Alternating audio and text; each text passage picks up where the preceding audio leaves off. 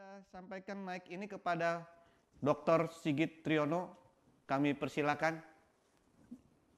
Shalom, salam sejahtera untuk kita semua. Saya berharap bisa 8 menit karena Bung Wilson tadi sudah mengupas habis, jadi saya tinggal sisa-sisanya saja. Jadi saya beri judul Spiritualitas Alkitab dalam buku Alden Tua Siringo-Ringo 2021. Ini seturut dengan asal lembaga saya dari Lembaga Alkitab Indonesia, jadi soal spiritualitas Alkitab. Dan saya akan sampaikan 3 hal saja, ini sesuai dengan nama saya. Ya, tri itu 3, Yono itu ada, jadi ada 3, dan 3 saja yang mau saya sampaikan, dan sesuai juga dengan iman kita Trinitas, Allah Bapa, Putra, dan Roh Kudus.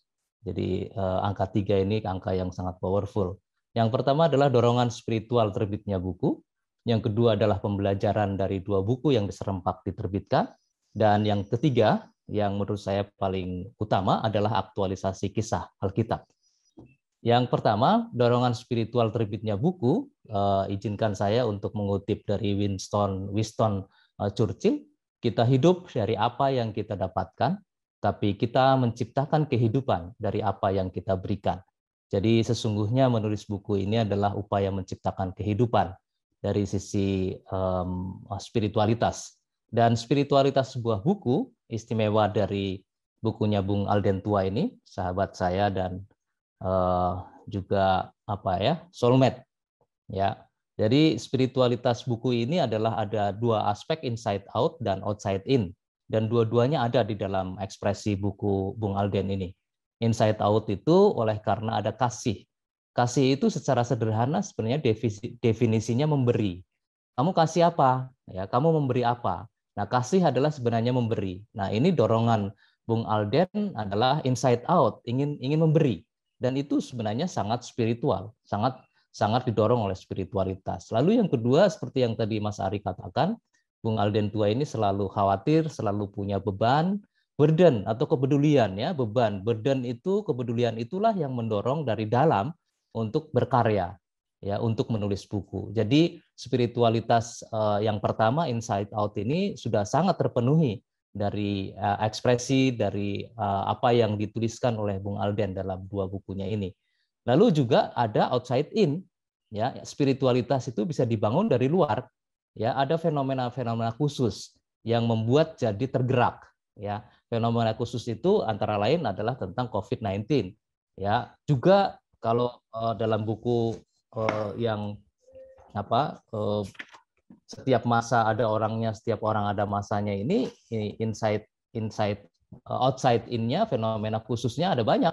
Ya, setiap hari ditangkap dan setiap hari bisa diulas. Lalu yang berikutnya adalah ada segmen dan media.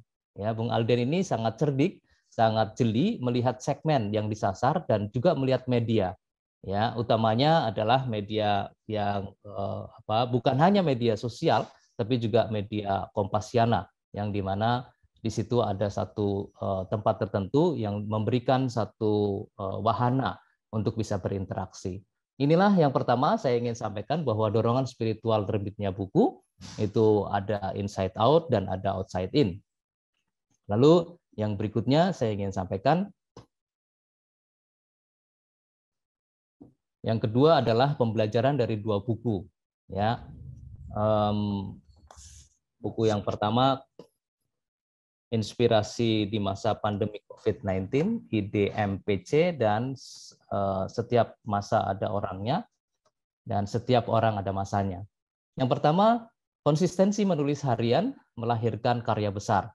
Dan saya kira ini sudah diungkapkan ya, bagaimana kita bisa melihat, kita semakin ditajamkan, semakin diperkuat bahwa kiat menulis buku adalah sederhana, menulislah setiap hari, yang seperti dilakukan oleh Bung Alden. Setiap hari menulis, maka akan menjadi sesuatu, menjadi buku. Yang kedua adalah pantang berhenti meski sudah terbit. Nah, ini yang memang berat ya, kita harus ada, tadi kalau tidak ada spiritualitas kita berhenti di jalan. Tapi karena spiritualitas itu ada, baik inside out ataupun outside in, ini yang membuat energi yang sangat luar biasa. Jadi tidak pernah berhenti. Dan saya yakin hari ini Bung Alden juga sudah menulis itu. Ya, karena tulisan-tulisannya kalau kita cermati, tulisan di setiap masa ada orangnya dan setiap orang ada masanya itu sebenarnya rata-rata 900 kata.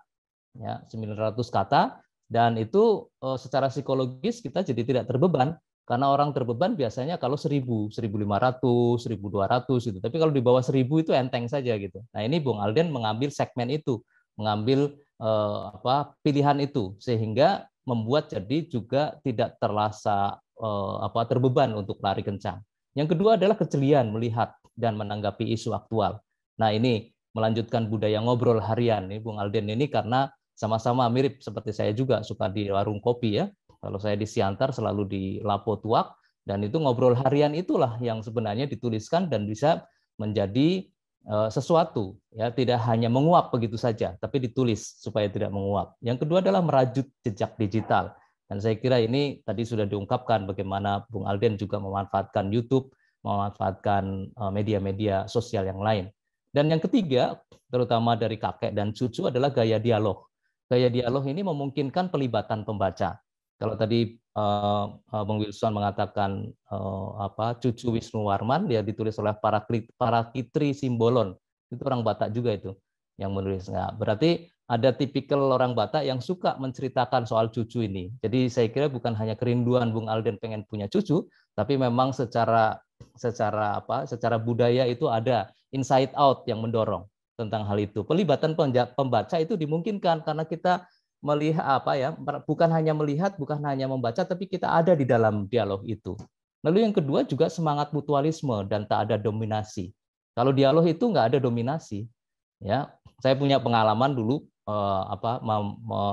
merayakan Natal di komplek kami dilarang oleh warga, ya. Dilarang oleh warga, dan saya dipanggil jam 1:30 pagi untuk menghadapi 7 orang yang memprotes Natalan di komplek kami. Tapi saya besar hati karena dengan dipanggil ada dialog. Nah, ada dialog itu membuat jadi ada solusi. Ya, kalau tidak ada dialog, kalau tidak ada pertemuan, maka tidak ada solusi. Dan akhirnya memang ada solusi win-win.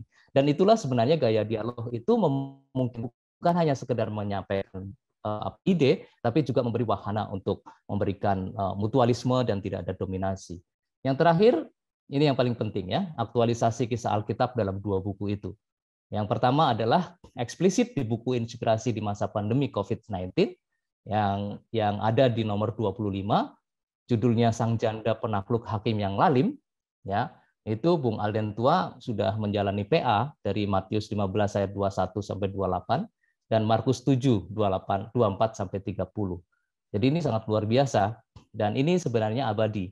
Ya, karena mengutip dari Alkitab, maka firman Tuhan itu abadi, maka tulisan Bung Alden juga abadi. Ya.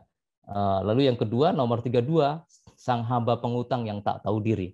Ini menceritakan bagaimana seseorang tidak tahu diri karena sudah dibebaskan hutang, tapi dia menagih kepada orang lain. Dan ini banyak juga di Indonesia orang-orang yang tidak tahu diri, sudah diberikan keringanan pajak oleh pemerintah, tapi dia menekan orang lain.